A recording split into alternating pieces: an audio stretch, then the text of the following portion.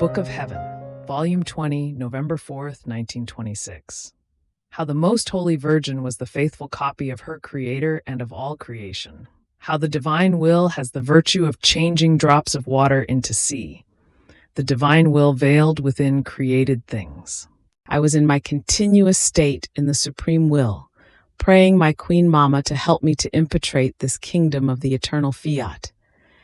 And my sweet Jesus, moving in my interior, told me, "My daughter, the most perfect copy of the children of the kingdom of my will was my celestial Mama, and because it had its first daughter in it, redemption could come. Otherwise, had we not had the first daughter of our will, I, the eternal Word, would never have descended from heaven. In order to descend upon earth, I would never have made use of, nor trusted, children who were extraneous to our will. So you see, a daughter of our will was needed for the coming of the kingdom of redemption. And because she was daughter of the kingdom of the eternal fiat, she was the faithful copy of her Creator and the perfect copy of all creation. She was to enclose all the acts that the supreme will exercises in all created things. And because she had supremacy and sovereignty over all creation, she was to enclose within herself the heavens, the stars, the sun, and everything, so that the copy of the heavens, of the sun, of the sea, and also of the earth, all flowery, might be found in her sovereignty. So, in looking at my Mama, one could see in her portents never before seen. One could see heavens, one could see most refulgent sun, one could see crystal clear sea, in which we reflected ourselves in order to see our daughter.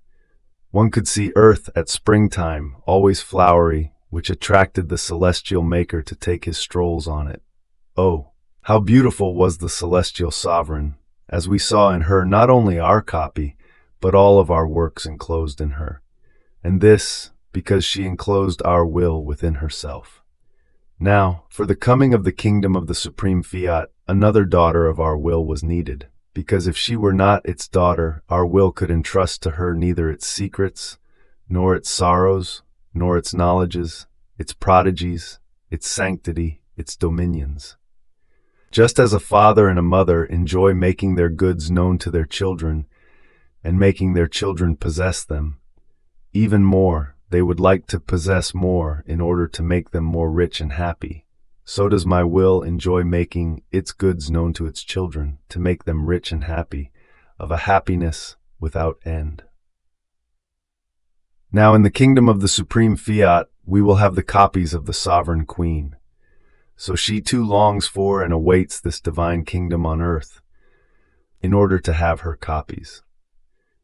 What a beautiful kingdom it will be, a kingdom of light, of infinite riches, a kingdom of perfect sanctity and of dominion. Our children of this kingdom will all be kings and queens. They will all be members of the divine and royal family.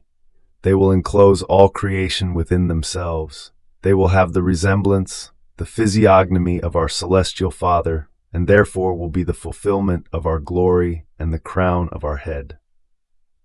Then I remained thinking about what Jesus had told me, and I thought to myself, before she knew that she was to be the mother of the Word, my Mama had no pain or sorrow. More so, since by living within the expanses of the supreme will, she was happy. Therefore, among the many seas she possessed, she lacked the sea of pains. Yet without this sea of sorrow, she impetrated the longed-for Redeemer.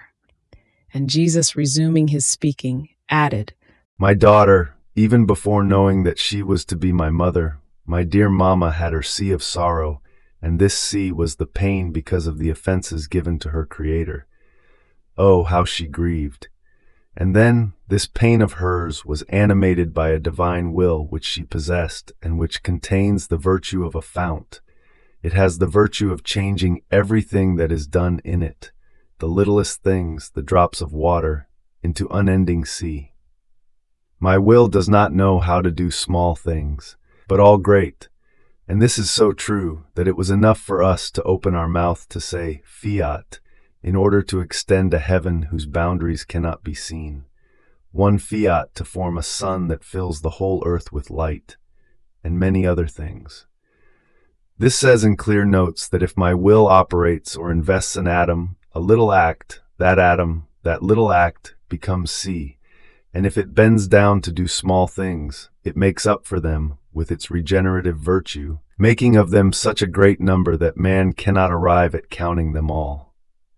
Who can arrive at counting how many fish and how many species are in the sea? How many birds, how many plants fill the earth? Therefore, the little I love you in my will becomes sea of love. The little prayer turns into sea of prayer. The I adore you into sea of adoration. The little pains into sea of pains. And if the soul repeats her I love you, her adoration, her prayers in my volition, and suffers in it, my will rises, forming gigantic waves of love, of prayers and of pains, which go to unload themselves into the unending sea of the Eternal One, in such a way as to place the love of God and that of the creature in common, because one is the will of both one and the other. Therefore, one who lets herself be dominated by my will possesses as many seas for as many acts as she does in it. And while she does little, she has much. She has a divine volition which delights in making of the little act of the creature a sea. And only with these seas can she impetrate the longed-for kingdom of the divine fiat. This is why our newborn, the little daughter of my will, was needed, so that, turning her little pains, her I love you and everything she does into seas that communicate with the sea of the Eternal One, she can have ascendancy to impetrate the kingdom of my will. After this, I was thinking to myself, when my sweet Jesus speaks about his will, he always touches upon creation for the most part. How is it? And Jesus, moving again, told me, My daughter, one who must live in the kingdom of the supreme fiat, must have as her beginning, her origin, and everything that my will has done and is doing for love of her. In fact, my will is not loved because it is not known. Now, creation is the speaking life of my will.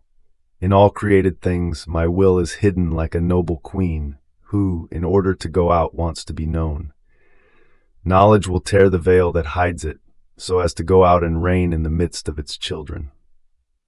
And who can make known what my will does for love of creatures better than creation, which is looked at and touched by everyone, with an act ever present? My daughter, look at the passionate love of this noble queen. She reaches the point of veiling herself with earth in order to render it firm, so that man may walk safely upon it. And as he walks over the veil of earth which hides her, she takes the soles of his feet in her noble and royal little hands, so that man may not stagger in order to give him firm step.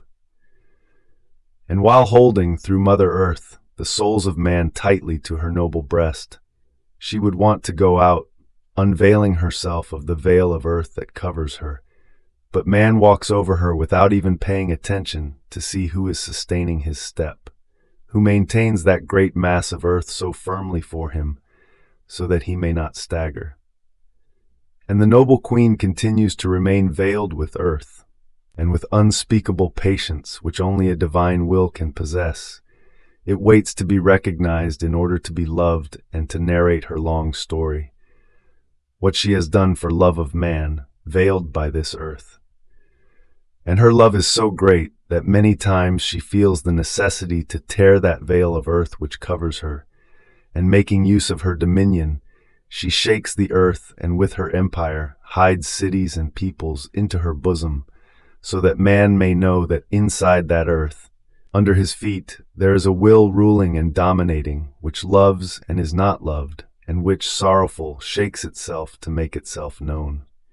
In the Gospel, one can read with wonder of when, prostrated at the feet of my apostles, I washed their feet, and I did not skip even the perfidious Judas. This act, which the Church remembers, was certainly very humble and of unspeakable tenderness. But I did this act only once. But my will descends even lower. It places itself under their feet with a continued act, in order to sustain them, to render the earth firm, so that they may not fall into the abyss. Yet, no attention. This noble queen is waiting with invincible patience, veiled for so many centuries in all created things, for her will to be known. And when it becomes known, she will tear the many veils that hide her and will make known what she has done for so many centuries, for love of man. She will say unheard of things, excesses of love, which no one has ever thought of. This is why, in speaking to you about my will, I often speak about creation, because my will is life of all created things, and through them it gives life to all. And this life wants to be known so that the kingdom of the eternal fiat may come. Everywhere is my will veiled. It is veiled in the wind, and from within those veils it brings man its refrigerating freshness, as though caressing him, and its regenerative breath in order to regenerate him continuously to new life ever growing in grace. But the noble queen, veiled in the wind, feels her caresses being rejected into offenses, her freshness into ardors of human passions, and her regenerative breath being requited with a deadly breath against her grace.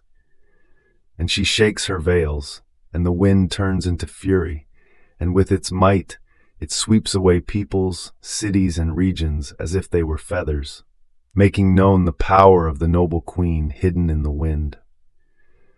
There is not one created thing in which my will is not veiled, and therefore all of them are waiting for it to become known, and for the coming of the kingdom of the supreme fiat and of its full triumph.